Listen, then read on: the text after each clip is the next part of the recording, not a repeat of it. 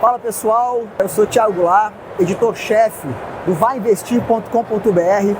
Estou com uma figura de excelência aqui do mercado financeiro, Paulo Bockel, da Arx, relacionamento com o investidor.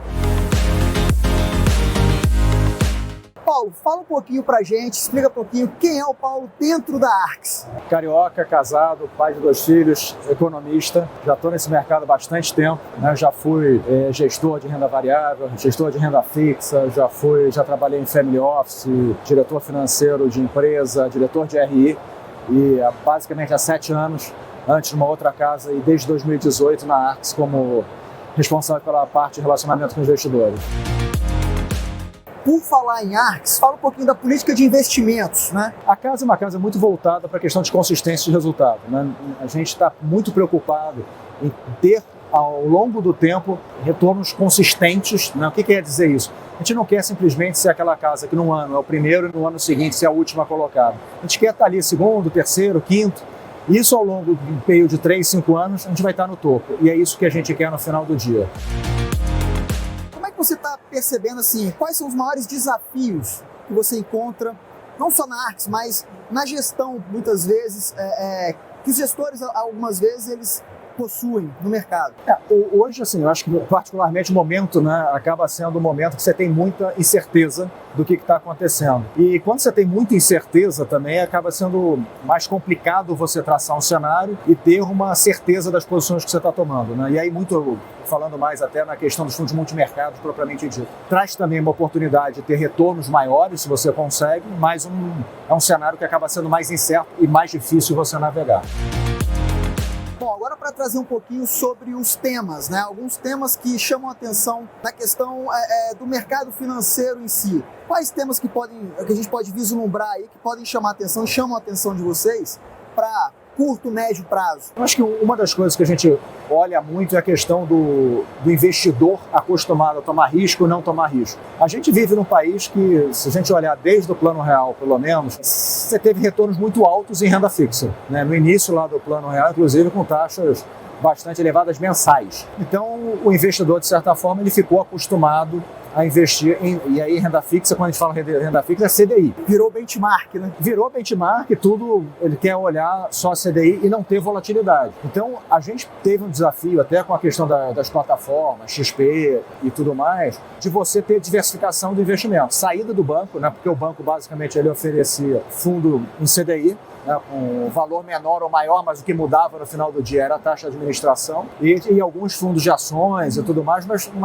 bem limitado até da própria casa e tudo mais. Acabaram ficando defasados também, né? Ficaram defasados. E agora você tem uma oferta grande de produtos e o que a gente está passando no momento é do investidor se educar também e de saber. Porque muitas vezes o que acaba acontecendo, quando vê que o amigo, né, o vizinho ganhou muito dinheiro em bolsa, coloca na bolsa, a bolsa está, vamos dizer, 120 mil pontos, que todo mundo ganhou, e aí na hora que começa a cair, ele começa a ficar com medo e saca, chega a 60 mil pontos, saca da bolsa e acaba perdendo muito dinheiro pelo erro, né, de momento de entrada e saída. Então a gente vê muito, até o cenário que a gente está vendo com a taxa de juros alta, o pessoal fugindo de bolsa, fugindo de multimercado, fugindo até de risco de mercado em renda fixa, né, uma NTNB, por exemplo, com medo de volatilidade e colocando todo o dinheiro em CDI. Isso cria até um paradoxo, só para chamar a atenção, né? Justamente por isso. Se fala muito hoje de bolsa barata e as pessoas saindo ou preocupadas. Talvez aquele fluxo de investidores novatos que chegaram na bolsa aí nos últimos 3 anos estão saindo.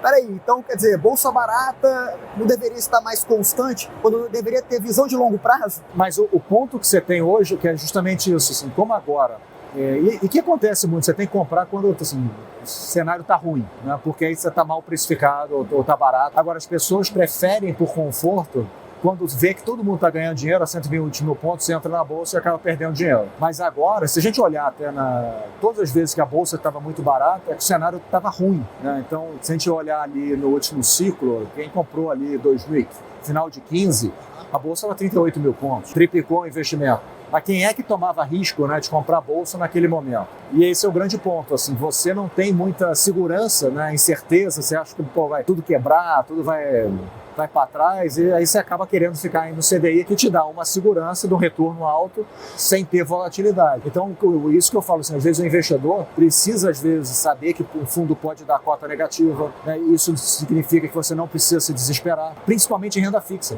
A gente viu isso há 2 anos atrás, com a pandemia, o cliente sacando dinheiro de fundo de crédito, por exemplo, quando deu cota negativa, e a gente falava, poxa, mas não sai, porque renda fixa, a renda, o valor como o nome diz, né? Você tem certeza quanto o título vai valer no final, desde que o emissor não quebre, né? Então, se você tem uma queda no valor do título, né? Então quando a cota está negativa, você tem um aumento do retorno desse título até o vencimento, porque o valor no final tem que ser o mesmo. Mais pressionado, às vezes, pelas informações que ocorrem no dia a dia, ruídos de informação.